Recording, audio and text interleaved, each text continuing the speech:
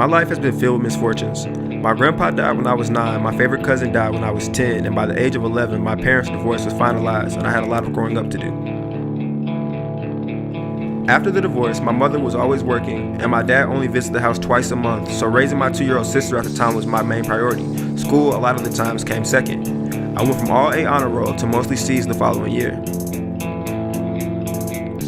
Seeing my friends receive awards for academics and other reasons made me feel left out, so I created my own reward, and for me, that was drawing.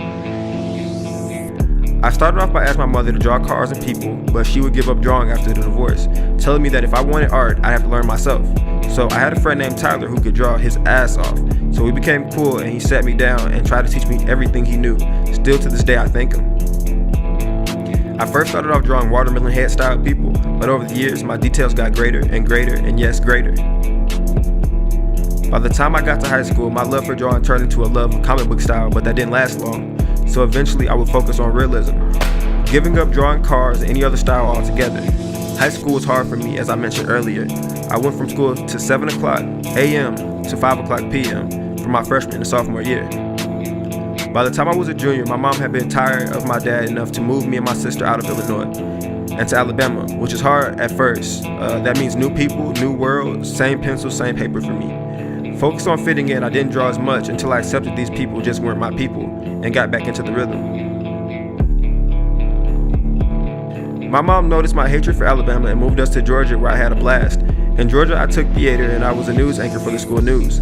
I found a love for storyboards and character development. My drawings didn't only show faces now, they told stories to people. Then my drawings would get turned into reality on TV. College came around, and although Georgia was a great place, my mother began to argue with me as it came closer to the end of the year.